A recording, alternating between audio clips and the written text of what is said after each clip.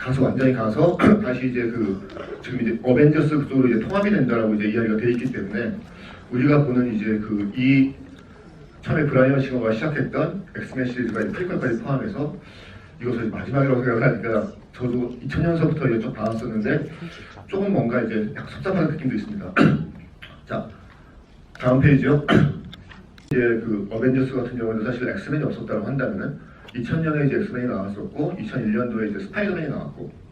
그 두 편이 이제 대대적인 성공을 거두고 그러다가 보니까 아 이제 뭔가 그 슈퍼히어로 영화라고 하는 것들이 새로운 뭔가를 시작할 수 있겠다. 물론 이제 그 전에 뭐가 있었냐면 이제 99년도에 이제 매트릭스가 있고 반지의 제왕이 있으면서 소위 말하는 이제 가상의 이야기,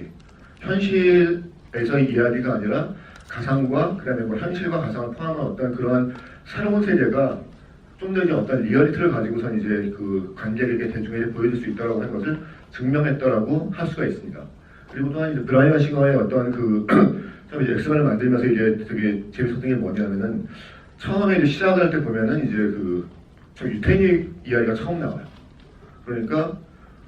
독일의 나치에게 뭔가 탄압을 받고 그 다음에 갔다가 이제 그 억울하게 죽어간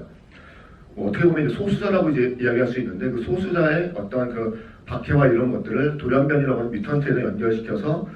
그러한 그 시대의 어떤 공감을 샀다라고 할 수 있습니다.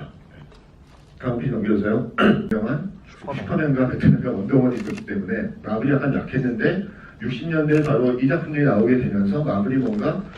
DC의 뭔가 대항마로서 DC의 대적을 할 수 있는 그런 그 회사가 이제 되는데 여기서 되게 중요한 이유가 뭐냐면 이제 판타스틱 4 같은 경우는 처음으로 어떤 팀을 만들고 그 다음에 이제 스파이더맨 같은 경우에는 최초의 이제 청소년 히어로 그 다음에 이제 엑스맨 같은 경우에는 말 그대로 갖다가 이제 어떻게 보면 소수자라고 하는 것들로서 이제 이야기가 되는데 여기서 중요한 것이 뭐냐면 이제 그 이 캐릭터들 그 다음에 이 슈퍼히어로들이 다 같이 그 시대의 상황을 어떻게 보면 표현하고 있다는 겁니다. 그래서 이 60년대라고 하는 시대가 보게 되면은 1968년이라고 하는 시대가 되게 그 연도가 되게 중요하다라고 이제 이야기를 하고 있는데 68, 69년 그때가 왜냐면 이제 그 젊은이들이 기성세대에 대한 어떻게 보면 이제 반항이라고 하는 것들이 극도로 강해진 시대예요. 그래서 또한 이제 그 청년과 동시에 이제 소수자라고 이야기하는 흑인이라든가 여성이라든가 아니면 이제 소수민족이라든가 이런 것 그래서 이제 어떤 반전 운동이라든가 아니면 이제 흑인들의 민권 운동이라든가 이런 것이 강해지는데 그러면서 원래 이제 젊은 세대가 그 당시에 이런 어떤 그 기성세대에 대한 어떤 반항과 그 다음에 히피라고 이야기하는 어떻게 보면 마약이라든가 프리섹스라든가 막 이런 것들이 이제 연결되면서 기성세대가 보기에 도대체 젊은 세대를 이해할 수 없다. 얘들은 대체 뭐냐. 그런 식으로 갖다 보기 시작을 한 거예요. 근데 그거를 생각을 해보면 우리가 지금 이 엑스맨에서 보는 거하고 똑같죠. 엑스맨이라고 하는 뮤턴트가 등장을 했을 때 기성세대는 도대체 뮤턴트가 뭘까? 뮤턴트라고 하는 세대는 도대체 인간은 인간인데 뭔가 유전적인 것으로 바뀌었으면 그럼 얘는 병일까? 뭐 이런 식으로 갖다 이제 하게 되고 그런 어떤 이제 그 이런 새로운 세대에 대해서 이제 기성세대 같은 경우는 없애야 된다. 그리고 기성세대와 똑같은 방식으로 뭔가 이들을 갖다가 소위 말해서 이렇게 교화시켜야 된다라는 식으로 이제 생각을 하게 되는 것이고 젊은 세대는 반대로 우리가 이런 것들을 더욱더 키워나가야겠다라고 이제 생각을 하게 되는 겁니다. 다음 페이지 상의 위치에다가 이제 올려놓았다라고 이야기가 되고 있고 여기서 이제 보인 것처럼 짐 그레이가 죽습니다. 그러니까 피닉스라고 하는 걸로 이제 변했는데 그 안에서 이제 그 자기가 죽게 되는데 이게 어떻게 보면 이제 그 코믹북에서 이제 그 특히 마블에서 주인공 중심적인 어떤 그 캐릭터를 처음으로 죽인 거였어요. 그래서 대단히 갖다가 독자들에 의해서 어떠한 그 충격을 안겨줬었고 그와 동시에 이것이 이게 엄청나다라고 하는 것들 자체를 보여주고 있는 거죠. 그래서 이제 이 다크 피닉스라고 하는 작품 자체가 이제 보여지는데 다음 페이지 잠깐 이제 보시면은 다음 페이지에서는 갖다 이제 그 예전 작품이 보여질 건데 이 다크 피닉스라고 하는 작품을 제가 이제 그 기대하는 것은 뭐냐면은 사실 그런 거예요. 지금 이제 여러분들이 이제 그 엔드 게임을 바뀌었죠 다 이제 엔드 게임을 이제 뭐 한국에서 지금 거의 한 1,300만 뭐 이제 계속 보고 있는데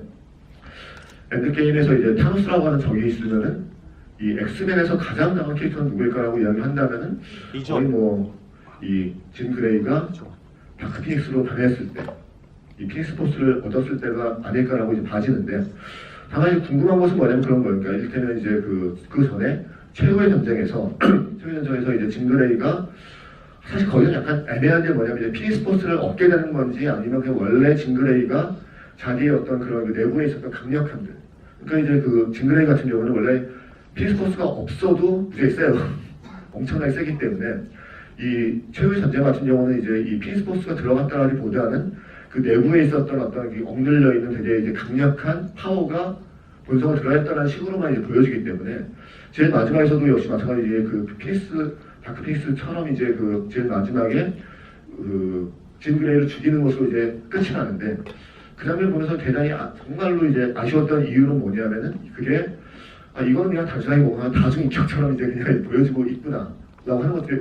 이었었고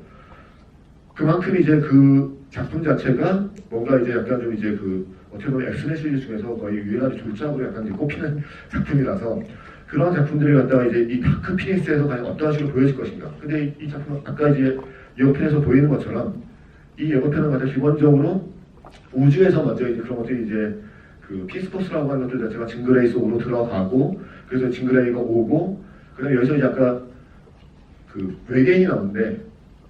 그 외계인이 과연 누구일 것인가. 지금 보면 이제 어벤져스에서 뭐 크리족이 나오고 막 되게 여러 가지가 나오게 되는데 물론 아마도 이제 그 외계인은 아마 시아족이 아닐까라는 그러니까